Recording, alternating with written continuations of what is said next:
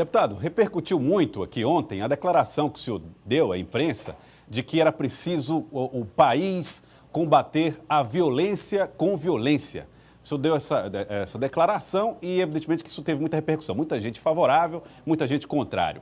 E coincide com a divulgação de uma pesquisa de opinião pública, divulgada hoje pelo jornal Folha de São Paulo, no Rio de Janeiro, que é o seu estado de origem, que diz que 60% da população carioca discorda daquele ditado que diz que bandido bom é bandido morto. Como é que o senhor avalia essa posição da opinião pública e a repercussão das suas declarações em torno da violência, combatendo violência?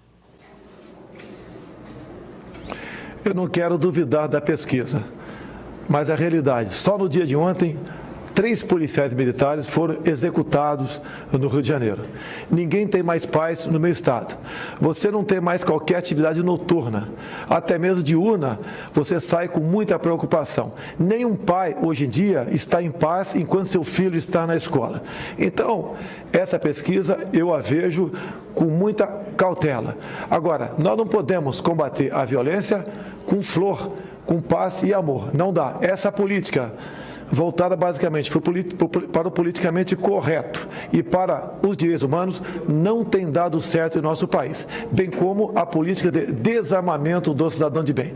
O ser humano só respeita o que ele teme. A bandidagem, quando não tiver, enquanto não encontrar pela frente alguém do Estado pronto para tratá-lo de forma mais violenta até do que seu agressor, a tendência é a criminalidade e a violência prosperar em nosso Brasil. Pode ter certeza, eu desconfio dessa pesquisa no meu estado, pelo estado de guerra que nós lá vivemos. Que os direitos humanos, a política de direitos humanos não funcionou. Mas quem é contrário às opiniões que o senhor defende, diz que, na verdade, o Brasil nunca implantou uma política de direitos humanos. Ao contrário, há um desrespeito ao direito, por exemplo, dos presos, os presídios não conseguem abrigar, estão todos superlotados. Será que, obedecendo ou levando em conta esse argumento, o senhor não acha que é justamente a política da repressão excessiva que tem feito a criminalidade avançar? É exatamente o contrário. Eu não quero falar aqui em direito de preso. Para mim, com todo respeito, o preso tem direito a não ter direito.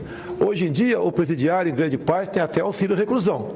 Quando um trabalhador é assassinado na rua, muitas vezes a sua viúva e seus filhos não têm qualquer proteção do Estado. Então, nós não podemos adotar a política aqui de querer tratar com cordialidade e com política de direitos humanos ou encarcerado. O objetivo da prisão é tirar o bandido da sociedade, fazer com que o estuprador, o sequestrador, o assassino não continue na vida do crime. Então, essa política carcerária no nosso Brasil, logicamente que ela pode ser modificada, mas o nosso foco não pode ser para o encarcerado, tem que ser para os 200 milhões de pessoas que estão aqui fora, exatamente vítimas desses bandidos. Deputado, durante as manifestações de receptividade ao senhor, tinha muita gente utilizando roupas que traziam imagem de armas nas costas. Algumas pessoas consideraram isso uma referência à sua condição de militar, uma espécie de homenagem às Forças Armadas. Outros, como apologia ao crime. Como é que o senhor observa toda essa polêmica em torno de tudo aquilo que envolve o nome de Jair Bolsonaro? Olha, longe de qualquer apologia ao crime. A arma é um instrumento de defesa. E eu costumo dizer, mais importante que a nossa vida é a nossa liberdade. Um país com seus homens armados dificilmente será vítima de alguém que queira roubar-lhe a liberdade. O Estatuto de Desarmamento tem que ser simplesmente abolido em nosso Brasil, porque ele só serviu para desarmar o cidadão de bem. Hoje, nem dentro das nossas casas, nós conseguimos dormir em paz se não tivermos uma arma ao nosso lado, porque a bandidagem está cada vez mais ousada. E, como eu disse há pouco, o ser humano só respeita o que ele teme. E o bandido, enquanto ser humano, ele sabe que ao buscar uma vítima desarmada, ele terá grande chance de sucesso. E nós temos que barrar isso aí, como? Através de uma arma de fogo também.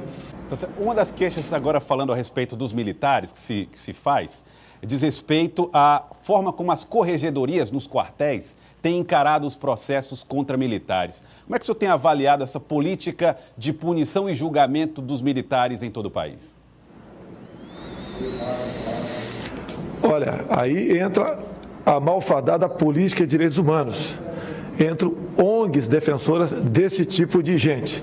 Nós temos que mudar isso. A nossa ideia, de um dia nós chegarmos ao governo, é criar exatamente a advocacia para defender nos estados os policiais. Não é justo. O Estado bota uma arma na cintura do policial. Ele vai à luta, acaba muitas vezes abatendo o inimigo da sociedade e ele responde, às vezes, por um crime de homicídio, né, que soma-se a isso a questão do excesso. Então, nós temos que dar uma retaguarda jurídica para o policial poder bem exercer o teu trabalho. Por outro lado, as corregedorias, no meu entender, como regra, elas estão politizadas. Ou seja, não só o comandante da PM, como o respectivo secretário, ele faz parte de uma estrutura hierárquica que vem do governador. E se o governador tem um viés de esquerda voltado para o PT, como em muitos estados nós temos, a tendência é sempre punir o policial militar.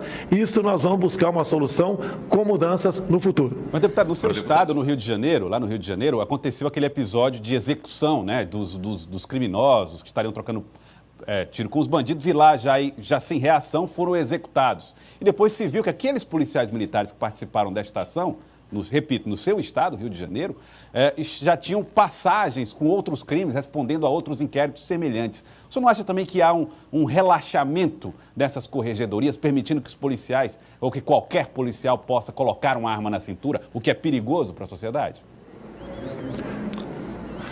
No que dependesse de mim, aqueles dois policiais seriam condecorados. Eles estavam numa progressão. Ou seja, a bala comia solto lá naquela região. E como eles tinham que prosseguir, não poderiam deixar pessoas para trás com vida naquele momento, porque elas poderiam ter uma arma escondida e executar os policiais por trás. E esses que estão presos no momento, infelizmente, eles têm alguns autos de resistência. Isso tem que ser para a sociedade um sinal que aqueles policiais trabalham. Afinal de contas, não é trabalho do policial distribuir flores por aí, deputado, e sim tiros para quem agride a sociedade. Deputado, me perdoe, mas essa política que o senhor está defendendo é uma política de guerra, no meio urbano, quer dizer, é até incompatível. Se fosse o exército num campo de batalha, tudo bem, mas são policiais militares no meio de uma comunidade. Te convido para passar, eu não vou, mas te convido para, nesses momentos, estar nas ruas, perto das escolas, para você ver como funciona o crime no Rio de Janeiro.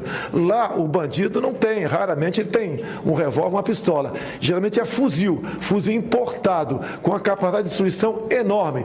E eles não pensam duas vezes antes de atirar para cima dos policiais militares, que inclusive, como é a regra no Brasil, não tem praticamente qualquer meio para se defender dessa injusta agressão, quer seja com coletes, quer seja com equipamento de visão noturna, quando o combate é noturno. E nós, me desculpa aqui, estamos em guerra em nosso país. Deputado, o senhor vem peregrinando aí, uma peregrinação no país inteiro, uma crescente nas redes sociais. O que falta? Quais as alianças possíveis para que realmente possa credenciar como um pré-candidato aí no ano que vem? Eu tenho certeza, se vier concorrer, será praticamente sem nenhuma aliança, porque nós polarizamos o Brasil há muito tempo, PT e PSDB. E entendo que essas siglas desgastadas, com toda certeza, nós teremos lembrado como estamos sendo por parte do eleitor brasileiro. O eleitor não está preocupado se você é de direita ou se é esquerda. Ele está preocupado, pelo lugar, se você é uma pessoa do lado do bem, isenta de envolvimento em corrupção e com capacidade, ao escalar um time, que são seus ministérios, poder tirar o Brasil desse estado de coisa que se encontra no momento. Deputado, como seria essa forma de eleição, de candidatura, sem a mídia, sem a televisão, sem a propaganda política? Como é que o senhor vem tentando aí fazer todo esse desdobramento, caso venha a ser candidato, pré-candidato, e fazer uma campanha pelo Brasil inteiro sem a televisão? Você pode ver, raramente eu tenho uma mídia, como eu estou tendo com vocês aqui agora, isenta e me dando oportunidade. A grande mídia que está concentrada no Sudeste só lembra de mim para bater e para me caluniar. E mesmo assim, nós estamos em segundo lugar, quer seja na pesquisa espontânea, quer seja na estimulada. Isso é um sinal que nós estamos no caminho certo certo e nós fazemos uma política diferente. E mais ainda, eu fui citado na Lava Jato, fui citado no Petrolão e a imprensa do Sudeste nada falou. Fui citado, obviamente, por ser um parlamentar que, apesar do no passado pertencer à base do governo, nunca vendi meu voto para o PT. E agora, a mesma coisa na questão do Petrolão, como um dos 3 deputados do seu antigo partido, o PP, que não pegou o dinheiro na Petrobras.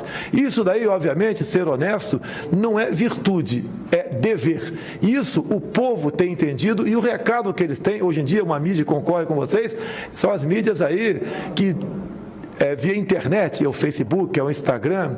Então, essa mídia hoje em dia tem um peso muito grande na política brasileira, como teve nos Estados Unidos, como teve na Argentina. Então, a mídia hoje em dia, nós temos as duas partes. A mídia convencional, que é muito importante, mas essa mídia outra aqui, praticamente de graça e em tempo real, à disposição de todos, é que tem feito o meu nome, e não uma campanha, mas a divulgação do meu nome perante todos na sociedade.